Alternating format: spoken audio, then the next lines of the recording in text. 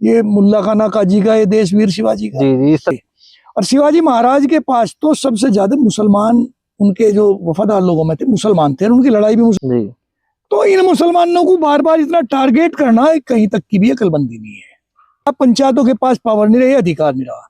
सच को सच और झूठ को झूठ अदालतें नहीं बल्कि पंचायतें करती हैं। जी।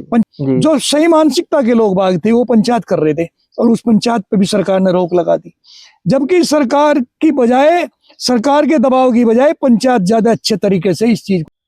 जय हिंद, मैं हूं परवेज पवार और आप देख रहे हैं एलकेबी हिंदुस्तान। पिछले कुछ दिनों से सहारनपुर जनपद के गंगो क्षेत्र में जिस तरह से हिंदू मुस्लिम भाईचारे को तोड़ने का प्रयास कुछ युवाओं द्वारा किया जा रहा है, उसको लेकर कल एक पंचायत भी गंगो क्षेत्र में आयोजित की गई। हालांकि अनुमति न मिलने के कारण पुलिस ने वो पंचायत होने नहीं दी, लेकिन कुछ लोगों ने फिर भी वहां पर बैठकर अपनी बातचीत की है।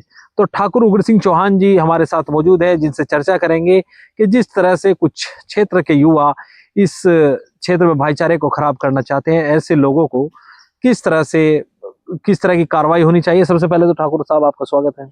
नमस्कार भाई साहब, नमस्कार। ठाकुर साहब, पिछले कुछ दिनों से गंगो और आसपास के क्षेत्रों में जिस तरह से हिंदू मुस्लिम भाईचारे को कहीं ना कहीं तोड़ने का काम किया जा रहा है कुछ युवाओं द्वारा, उसको किस तरह से देखते हैं? देखिए, वो जो इस प्रकार के लोग बाग हैं उनको तो एक आदत पड़ी हुई है। और यहाँ ये मैं एक बार हमारे यहाँ ये फैक्ट्री है जी, शुगर मिल, और पहले जब शुरू में ये फैक्ट्री लगी तो एक बड़ा गलत किस्म का आदमी इन्होंने पाड़ रखा था, लाइजनिंग का आदमी था जी। नाम तो उसका क्या लूं। तो मैं एक दिन इन्हें कहने लगा मालिक को, संदीप जाजोदिया को, मगर आपने ये इस किस्म का ये गलत आदमी कोई से भगाओ, ये तो पागल आदमी है, बढ़िया आदमी नहीं। वो कहने लगा भाई फैक्ट्री में सब किस्म के लोगों की जरूरत हो, इस किस्म के आदमी की भी जरूरत है। तो ये भाजपा हो या कोई सी भी पार्टी हो, वहां भी इस किस्म के जमूरे पाले जा, ये पट्टे तैयार करे जा, और वो इसी प्रकार की भाषा बोलते रहे जैसा ये बोल रहा है। इसने तो पिछले दिनों वहां मंदिर को लेके एक गांव में विवाद करवा दिया था बहुत बड़ा। अभी ये प्रधान जी यहाँ बिना शिवाजी को पढ़े शिवाजी के बारे में कहना शुरू कर दिया, ये मुल्ला खाना काजी का, ये देश वीर शिवाजी का। जी जी, इस तरह के नारे शिवाजी को प्रवेश भाई पढ़े, एक बार शिवाजी को पढ़ लें, पढ़ने के बाद में फिर बतावें कि शिवाजी थे क्या। शिवाजी तो वो चीज थी जो कभी हिंदू राष्ट्र के पक्षधर भी नहीं थे, और शिवाजी महाराज के पास तो सबसे ज्यादा मुसलमान, उनके जो वफादार लोगों में थे मुसलमान थे, और उनकी लड़ाई भी मुसलमानों से ही थी। उसकी लड़ाई एक राजा की लड़ाई राजा से थी, उनकी लड़ाई औरंगजेब से थी, सब मुसलमान से नहीं थी। मैं आपको बताऊं, एक तो यही कि एक बार बीजापुर के नवाब की पुत्र वधू थी गौर बानो, उसे उनके सैनिक कुछ लेके पकड़ के उसे पराजित करके बीजापुर के नवाब को, और जब शिवाजी के पास ले जाया गया तो उन्हें शिवाजी को उनसे पहले कहा कि हम आपके लिए एक ऐसा नायाब तोहफा लेकर आए हैं, महाराज उसे स्वीकार करें। उन्होंने कहा कि पेश किया जाए जी। उस औरत को ले जाया गया, वो बहुत सुंदर थी। तो शिवाजी महाराज देखते ही उसे बड़े हाथ जोड़ के खड़े हो गए, कहा कि काश मेरी माँ भी ऐसी इतनी सुंदर होती, और उसे बाइज्जत कहा कि तुमने गलत किया कि इसे वहीं उसके पति के पास छोड़ गया बीजापुर में। वो शिवाजी थे जिनके सेनापति तक मुसलमान हुआ करते थे, जिनके कोषाध्यक्ष तक मुसलमान हुआ करते थे, और जिनके एक बार की बात बताऊं मैं, एक सेनापति था औरंगजेब का, उसका नाम था अफजल खान। अफजल खान शिवाजी महाराज से कद में 2 गुना था, और वो उनसे शिवाजी महाराज छोटे थे, शरीर में शारीरिक बनावट उनकी छोटी थी, उनके कंधे तक आमे थे, बगल तक बल्कि। तो जब शिवाजी महाराज के गोरिल्ला युद्ध से वो परेशान हो गए, तो उन्होंने अफजल खान ने एक रणनीति चलाई, और उन्होंने कहा कि मैं शिवाजी से संधि करना चाहता हूँ, और संधि का प्रस्ताव भेज दिया, और एक जगह नियत कर दी गई कि उस जगह पे हम इकट्ठे होंगे, लेकिन बिना हथियार के। न तो आपके पास कोई हथियार होगा, ना मेरे पास कोई हथियार होगा, केवल 5 आदमी आपके साथ होंगे, 5 मेरे साथ होंगे, नियत्ते होंगे। शिवाजी महाराज जो थे उन्होंने शर्त स्वीकार कर ली। उस समय पे आगे की तो कहानी बहुत लंबी, लेकिन मैं जो कहनी चाह रहा कि 5 आदमी जो शिवाजी महाराज के साथ अफजल खान से के पास जा रहे थे, उनमें से 2 मुसलमान थे जी। तो इन मुसलमानों को बार बार इतना टारगेट करना कहीं तक की भी अकलमंदी नहीं है। तो क्षेत्र में जिस तरह से भाईचारा खराब करने का प्रयास किया जा रहा है, क्योंकि गंगो क्षेत्र कभी भी सांप्रदायिक तनाव या कोई झगड़ा ऐसा वहां पर अभी तक नहीं हुआ, तो उस क्षेत्र का जिस तरह से माहौल खराब करने का प्रयास किया जा रहा है उसको किस तरह से? देखिए, यहाँ सबसे बड़ी कमी क्या आई इस देश में, अब आके वो कमी आ गई। गांधी ने जो सपना देखा होगा इस देश का कि देश ऐसा होना चाहिए, पंचायती राज होना चाहिए, पंचायती राज तो खत्म ही कर दिया। पंचायती राज नहीं रहा, पंचायतों के पास पावर नहीं रही, अधिकार नहीं रहा। सच को सच और झूठ को झूठ अदालतें नहीं बल्कि पंचायतें करती हैं। पंचायत जानती है। इस पूरे प्रकरण में भी अभी मुझे पता लगा कि यहाँ एक पंचायत होना जा रही थी गंगों में, सर्व समाज की पंचायत थी। जो सही मानसिकता के लोग बाग थे वो पंचायत कर रहे थे और उस पंचायत पे भी सरकार ने रोक लगा दी, जबकि सरकार के दबाव की बजाय पंचायत ज्यादा अच्छे तरीके से इस चीज को कंट्रोल कर सकती है। आज भी समाज में जो विकृतियां हैं उन्हें अगर आप पंचायतों को अधिकार दे दिया जाए तो पंचायत मेरा ख्याल कि न्याय की बात करें और उनकी बात को माननी भी जाएगी, पब्लिक मानने की भी, जनता मानने, क्योंकि उन्हीं के लड़के, हाँ, प्रतिष्ठित और बुद्धिजीवी लोग उसमें बैठे, प्रतिष्ठित लोग बैठे और उन्हीं के तो समाज के लड़के वो उन लड़कों को देखते ही कहेंगे कि तू गलत कर रहा, तू नालायक है, तू उल्टे काम कर रहा, तुझे उसे दिशा देंगे। लेकिन यहाँ हो रहा उल्टा। अब जैसे ये पंचायत होती, इस पंचायत को होने देना चाहिए था। ये पंचायत होती, दूध का दूध और पानी का पानी निकलता, उस आदमी का अपमानित किया जाता, समाज से उसका तिरस्कार किया जाता, उसे बोलने के लिए रास्ता नहीं पाता था। क्योंकि यहाँ एक बात और भी है, आज के दिन भाई मैं एक बात कहूँ आपको, आप तो परवेश भाई मुसलमान हैं, मुसलमान इस देश में उस स्थिति में जी रहा आज कि वो अगर उसके मुंह से कुछ भी निकले उसी में एक जहर सा दिखाई दे लोगों को, अगर मुसलमान बोल रहा। मुसलमानों की बजाय तो इसमें हिंदुओं को बीच में आना था, और हिंदू बीच में आए, सरकार ने रोक दिया, तो इसका मतलब है कि बढ़ावा कौन दे रहा? बढ़ावा तो यही दे रहे। तो अब इसका हल कैसे निकलेगा? पर जब इस तरह की नारेबाजी होती है तो पुलिस कोई कार्रवाई नहीं करती, पंचायत हो नहीं पा रही है क्योंकि प्रशासन। यार एक बात को मैं नहीं बल्कि सभी लोग कह रहे हैं कि देश में जो हो रहा है वो सब देख रहे हैं जी, देश में क्या हो रहा। अब उन सब नाकामियों को छुपाने के लिए तो इस प्रकार के काम होंगे। आदमी का ध्यान इधर से हटा के इधर लगा दो, आप ध्यान भटका दो। जब तक ध्यान नहीं भटकेगा उसका उस पे ही जो गलत काम हो रहा होगा सरकार की तरफ से कहीं भी, वहां से उस तरफ भी केंद्रित हो जाएगा। उधर से ध्यान भटका के इधरली तरफ ले आओ, तो इसी वजह से तो ये काम करे जा। इस किस्म के, मैंने पहले कहा था कि इस किस्म के लोग भाग भी तैयार किए जा, वे तैयार रहे और वो यही आग उसका काम करते रहे। जो गंगों में जो पंचायत होने जा रही थी वो पंचायत होनी चाहिए थी, और बल्कि उस पंचायत का आज जगह जगह पंचायतें होनी चाहिए। सबसे आप आज के दिन एक बात बताऊं मैं आपको, आप उस पर अध्ययन करना। आप तो मनुस्मृति के पता नहीं कहे गए कि संविधान की बात करें, अभी मुस्तफा भाई इसी किस्म की बात कर रहा था। आप जातियों का समीकरण देखें और आप जाटों में जाटों के लड़के आपको सबसे कम उपद्रवी मिलेंगे। वे कहीं खाम खा के संगठन नहीं बना रखे और ना बकवास करते, उनका अपना टारगेट है, उनका लक्ष्य है, उसी को करे में। और हमारे वालों के पास तो यही रह गया, पिछले दिनों मीर बोझ उठा लिया था, अब किसी और को उठा लेंगे, कभी किसी और को उठा लेंगे। काम तो रहा नहीं, जमीन बिकने लग रही और वो उल्टे सीधे काम होने लग रहे। इन्हें धंधे पर लगाया जा, इन बच्चों को इनके माँ बाप का फर्ज बने और समाज का फर्ज बने कि इन्हें गलत दिशा इनकी हटाई जा। अभी आप देख रहे होंगे एक होक्का सिस्टम चला, 5 साल लड़के बैठ जा और होक्के पे बैठे हुए, बड़ों बड़ों ने तो होक्का छोड़ दिया, वे होक्का पी रहे हैं, होक्के में पी क्या रहे हो, नशा। ये क्या विकृति नहीं है? इनकी तरफ किसी का ध्यान नहीं जाता। अगर ध्यान जाता हुए प्रोडक्शन, पुलिस प्रोडक्शन दे रही, सरकार प्रोडक्शन दे रही। अरे सरकार और पुलिस की प्रोडक्शन उससे जरूरी प्रोडक्शन समाज की है। जिस समाज में रह रहे, जो दबाव उनका पड़ सकता है उनका नहीं पड़ता। अच्छा, आपने कहा ठाकुर साहब कि सरकार इस तरह के लोग तैयार करती है, राजनीतिक दल इस तरह के लोग तैयार करते हैं? हर राजनीतिक दल करता है, उनके पास हो इस किस्म के लोग बाग, क्योंकि उनके पीछे भाई जब तक आप गलत को गलत नहीं कहोगे तो आप तो फिर तो गलत को बढ़ावा दे रहे हो। गलत को गलत कहना चाहिए, पार्टी चाहे जो भी हो। अगर गलत आदमी काम कर रहा तो देखिए, ये मैं तो एक सामाजिक आदमी हूँ, समाज के दृष्टिकोण से कह रहा कि गलत को गलत कहना चाहिए और उसका विरोध करना चाहिए।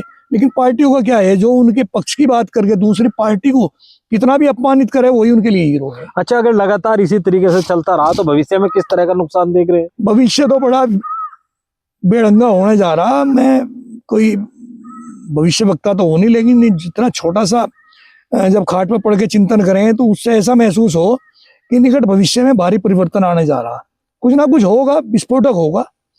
क्योंकि भाई जब इस किस प्रकार तरह का परिवर्तन होगा? मर्यादाएं सारी लांघते जा रहे हैं लोग बाग, तो परिवर्तन तो वक्त बतावेगा कैसा होगा क्या होगा, लेकिन होगा। तो किसी आपको को लगता है कि भविष्य में और विपरीत परिस्थिति होंगी? जब आप किसी चीज को खुली छोड़ दोगे तो बेलगाम हो जाएगी। अब खुलाई तो हो रहा ही है। अब बुलडोजर किन पे चल रहे, कानूनी कार्रवाई किन पे हो रही, अपराधी कौन है, सबको पता, सर्वविदित है। मेरे मुंह से और क्या कहलवाओ, आप क्या जानते नहीं, सारी दुनिया जाने क्या हो रहा है क्या नहीं हो रहा। किन लोगों पर हो रही है कार्रवाई?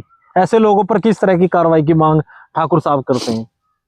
भाई ये समाज सदा से यहाँ बसता हुआ आ रहा, गांव में, गांव के नक्शे अब बने हैं घरौनी, अब 2 साल पहले। जी उससे पहले गांव में किसी के पास खसरा खतौनी की नकल नहीं थी, जी सबके मकान ऐसे बने हुए थे। जी। और जब ये घरौनी बनाई गई, घरौनी से बाद का जो एरिया रह गया, अगर कोई आदमी वहां बसे हुए तो उस पर अतिक्रमण हो गया। कहीं तालाब पे अतिक्रमण बतावे, कहीं चरागाह पे अतिक्रमण बतावे। चरागाह के अतिक्रमणों पर हमने ये देखा कि पशु तो रहे ही नहीं। जब किसी के पास पशु ही नहीं है तो फिर चरागाहों की जरूरत क्या है, उसे किसी को एलओटी कर दिया जा। मकान ढाने की परंपराएं पड़ी हुई है, मकानों को ढाने की बजाय आप गरीबों को सौंप दो, जिनके पास मकान नहीं है उन्हें ही आप दे दो। लेकिन सिस्टम कुछ और ही है भाई। तो इसको लेकर आप चिंतित हैं ठाकुर साहब? मैं नहीं, सभी जो लोग बाग होंगे, जो भी थोड़ा बहुत दिमाग रखते होंगे, वो चिंतित हैं कि हो क्या रहा है। जहां आपस में भाईचारा था, हम लोग बाग रल मिल के रहा करते थे, कोई ये नहीं कि हिंदू मुसलमान ही। यहाँ तो हिंदू हिंदू में नफरत हो रही भाई। पिछड़ों को अगड़ों से बढ़ा दिया, पिछड़ों को दलितों से बढ़ा दिया, दलितों को अगड़ों से बढ़ा दिया, ब्राह्मण को वैश्य से बढ़ा दिया, क्षत्रिय को किसी और से बढ़ा दिया। तो भिड़ने की परंपरा हो रही है, यहाँ से एक होड़ सी लगी हुई है कि जब तक इन आपस में भिड़ावेंगे नहीं, जब तक जय जयकार नहीं होगा। तो ठाकुर उग्र सिंह चौहान जी को आपने सुना। इस वीडियो में बस इतना ही। आगे के अपडेट समझना तो प्रवेश भाई हमें श्रम पड़ेगा, अपने आप ही समझो और बच्चों को समझाओ, उन्हें सही दिशा दो, सही लाइन पे लेके जाओ। इन चीजों से कि माथे में तिलक लगाना, कड़ावा बांधना, या मौलवी बनना, या दाढ़ी थामना, ये करना वो करना, इनसे कोई लाभ नहीं है। अपना लेकिन युवा तो कह रहे हैं कि हम तो धर्म की रक्षा कर रहे हैं। धर्म की रक्षा तो पहले करके चले गए, धर्म खतरे में कहाँ है? धर्म तो ना खतरे में था ना है। धर्म तो वही है। धर्म किसे कहे? धर्म केवल ये मूर्ति पूजा ही धर्म है क्या? धर्म तो ये भी आप मेरे पास बैठे ठीक ठाक बढ़िया तरीके से बैठे, ये क्या धर्म का हिस्सा नहीं है? आप जो अपना काम कर रही है क्या धर्म नहीं है? आप जो जिसकी भी आप जिस काम के लिए आप दुनिया में आए, वो सारे नियम आप फॉलो कर रहे तो वो क्या धर्म नहीं है? केवल धर्म मंदिर मस्जिद रहेगी क्या? अगर मस्जिद में आप जाओगे तो वहां धर्म है, और मंदिर में आप जाओगे वहां धर्म है। केवल नमाज पढ़ पढ़ के माथा काला कर लेना, या तिलक लगाना, या कड़ावा बांधना, पटका घालना, ये धर्म है? धर्म की तो बड़ी विस्तृत परिभाषा है। धर्म तो बहुत कुछ, बहुत दूर दूर तक समाया हुआ है। धर्म कोई यही एक ही जगह है क्या भाई इसी चीज में धर्म है? अच्छा ठाकुर साहब, एक बड़ा ट्रेंडिंग में मामला चलता है कि धर्म खतरे में है। कहाँ से आ गया खतरे में? धर्म तो क्या मामला है? धर्म तो जब खतरे में नहीं था, जब इस देश पे पूरे पे ही मुसलमानों का राज था। धर्म तब खतरे में नहीं था जब सारे पे इस पे अंग्रेजों का राज था। धर्म तो कभी खतरे में नहीं आया। यहाँ दुनिया भर के डच, फ्रांसीसी, पुर्तगाली, अंग्रेज, यहाँ मुगल, तुर्क, लोधी, सैयद, खिलजी, गोरी, यहाँ तो तब नहीं खतरे में था धर्म। तो जब उससे पहले भी लोग बाग आए, सिकंदर कैसे लोग बाग आए, तब नहीं धर्म खतरे में था। धर्म कहाँ खतरे में है? खतरे में तो नेताओं की कुर्सी है, राजनीतिक पार्टियां खतरे में है। इन्हें चाहिए कैसे भी भका भुका के, नाश किसी का कितना ही हो, कितनी बुद्धि किसी की, मतलब किस तरीके से बुद्धि मलिन की जा सकती है। धंधा तो रहे नहीं भाई, किसी काम पर लगाओ ना बच्चों को, अब इनके स्किल पैदा करें। तो राजनीतिक कुर्सी बचाने के लिए युवाओं का इस्तेमाल हो रहा है। उसी वजह से तो हो रहा, युवा ना समझ हो रहे। अब करे भी क्या? देखिए माँ बाप से तो बाहर हो गया, बेलगाम हो गया मामला। जब सारा कोर्टों ने ले लिया, सरकार ने ले लिया कि भाई जरा सी भी कहीं बाप ने भी अगर कुछ कह दिया तो कोई भला ही थानेदार आवे तो वो उस बात को समझ रहा है कि भाई बाप का कहने का फर्ज बनाया था। लेकिन वो तो अधिकार है कि भाई वो बाप के खिलाफ भी मुकदमा करवा देगा, तहरीर दे देगा, भाई के खिलाफ भी तहरीर दे देगा। अब झूठी तहरीर पता नहीं कितनी जाहिर, कितने झूठे मुकदमों में लोग बाग जेलों में सड़ रहे। अब देख नहीं रहे आए दिन, पता नहीं कितने लोग बाग सजाए भुगत रहे झूठे किस्सों में। पंचायत जब तक थी, पंचायतों को मैं पंचायतों का पक्षधर हूं। तो पंचायत और खाप प्रथा दोबारा लागू होनी चाहिए। जाटों का मैंने उदाहरण देके ये तो कहा कि उनमें खाप पंचायतें हैं, वे छोटी सी बात पे वो पेड़ झाड़ के अब गलत काम होने नहीं देते। अगर गलत काम हो रहा है तो तभी पंचायत हो जाएगी, थम्बोगी, खपोगी और उसका विरोध करें। और भाई मैं जाति के नाम पे उनके कहीं भी कोई पंचायत हो, वहां सारे जितने संगठनों के लोग वाग एक मंच पर आ जाएंगे। आप कभी आ जाओ क्या? ये जो वो प्रधान, रोहित प्रधान, ये जो उल्टी सीधी भाषा बोल के उनने एक जुलूस वलूस निकाल ले, आग लगाने की कोशिश करी थी, उसके विरोध में अगर लोग बाग पंचायत कर रहे तो सरकार ने तो वो नहीं होना थी। उनकी थोड़ा रुके हैं, दम तो होना चाहिए इतना। हम लोग कहीं भटके हुए हैं और इसका भी समय है। तो इसका सामाजिक नुकसान आप मानते हैं? 100% हो रहा है यार। समाज बच कहाँ रहा? समाज है कहाँ? समाज तो गिरवी धर दिया गया। कोई सामाजिक बात हो रही क्या भाई? समाज कहीं है क्या? मुझे ये बताओ। ये मेरा धर्म तो इस चीज को एलो नहीं करता। मेरे गांव में एक लड़की ने अपने सगा भाई था, चाचा था उनका, उस भाई के साथ शादी करके यहीं बहू बने के बैठी। छोटा था गांव हमारा, समाज स्वीकार करेगा, लेकिन कोर्ट के जरिए पुलिस प्रोटेक्शन मिली। उन्हें ये कह दिया कि बोलने की जरूरत नहीं है। तो जब एक ने चीज देखी, दूसरी क्यों नहीं देखने की उसे? तो रह रहा कहीं समाज? तो समाज और संविधान को आप अलग अलग करना चाहते हैं? अरे मैं समाज, संविधान ने उनको हक अलग दिया अलग है। कौन कह रहा है यार? संविधान ने अधिकार दिया तो फिर समाज कहाँ रह गया भाई? अरे समाज, संविधान तो समाज से ही तो बना होगा ना। अब समाज ने संविधान बनाया, संविधान देश से बनाया, संविधान ने देश बनाया। संविधान में अभिव्यक्ति की आजादी। हाँ, तो अभिव्यक्ति की आजादी क्या ये सब आजादियां हैं? अभिव्यक्ति की आजादी यार किसी सही काम के लिए तो हो गया। तड़के से सांझ तक मोदी जी को कोई गाली देता रहे, वो अभिव्यक्ति की आजादी है क्या? योगी जी को भद्दी भद्दी गालियां दे, वो भी अभिव्यक्ति की आजादी है क्या? आजादी अभिव्यक्ति की है, अपनी बात को रखने की है। ठीक ठाक बात आप रखें। अब किसी महापुरुषों को लेके गाली गलौज करते फिरेंगे, उल्टी सीधी बात करेंगे आप, बिना पढ़े लिखे, बिना ज्ञान के आप ऐसी बेहुद्दी बात करेंगे? क्या ये संविधान इस चीज की अभिव्यक्ति, इस चीज की आजादी दे रही है क्या? बताओ ना। तो ठाकुर साहब को आपने सुना इस वीडियो में। बस इतना ही। आगे के अपडेट के लिए बने रहिए एलकेबी हिंदुस्तान के साथ। जय हिंद। नमस्कार।